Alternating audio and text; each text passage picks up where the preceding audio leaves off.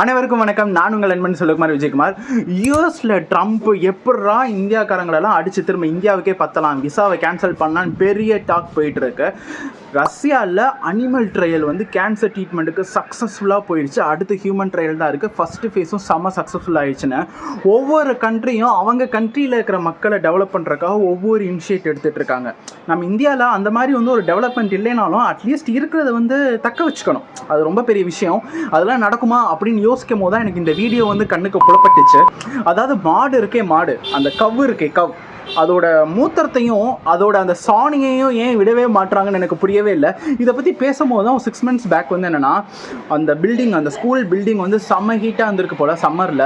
அதனால் அந்த பிரின்ஸிபல் என்ன பண்ணாங்கன்னா, போய் 1 கிலோவுக்கு மாட்டு சாணத்தை வாங்கிட்டு அப்படியே தண்ணியில் குழப்பி அப்படியே சவறு மேலே கீழே எல்லாத்தையும் தள்ளிட்டாங்களாம். கேட்டால் நேச்சுரலான ஒரு கூலண்ட்டுப்பா, டிஸ்இன்ஃபெக்டன்ட்ப்பா.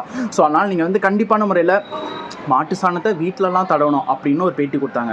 சரி, ஒளிஞ்சு போ அப்படின்னு நினச்சோம்னா, இப்போ உங்களுக்கு கேன்சர் இருக்கா, வேறு ஏதாவது ட்ரீட்மெண்ட் பண்ணணுமா, உங்களுக்கு உடம்பே சரியில்லையா, 10 விதமான நோயும் பக்காவாக பறந்து போகணுமா, இந்த இருக்குது மாட்டோட சாணியில் செஞ்ச லேகியம் 2 உருண்டை, காலையில் எம்டி ஸ்டொமக்கில் 2, நைட்டு தூங்க போகிறதுக்கு முன்னாடி 2, இந்த மாதிரி போட்டுட்டு வந்தீங்கன்னு வச்சுக்கோங்களேன், எல்லா நோயும் பறந்து போயிடும்.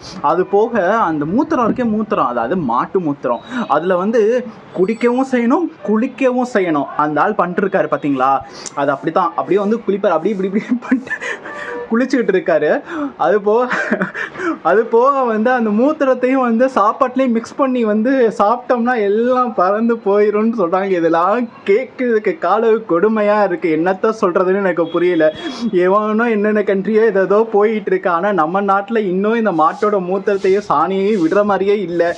இவங்களெல்லாம் என்ன பண்ணுறதுன்னு எனக்கு புரியவே இல்லை.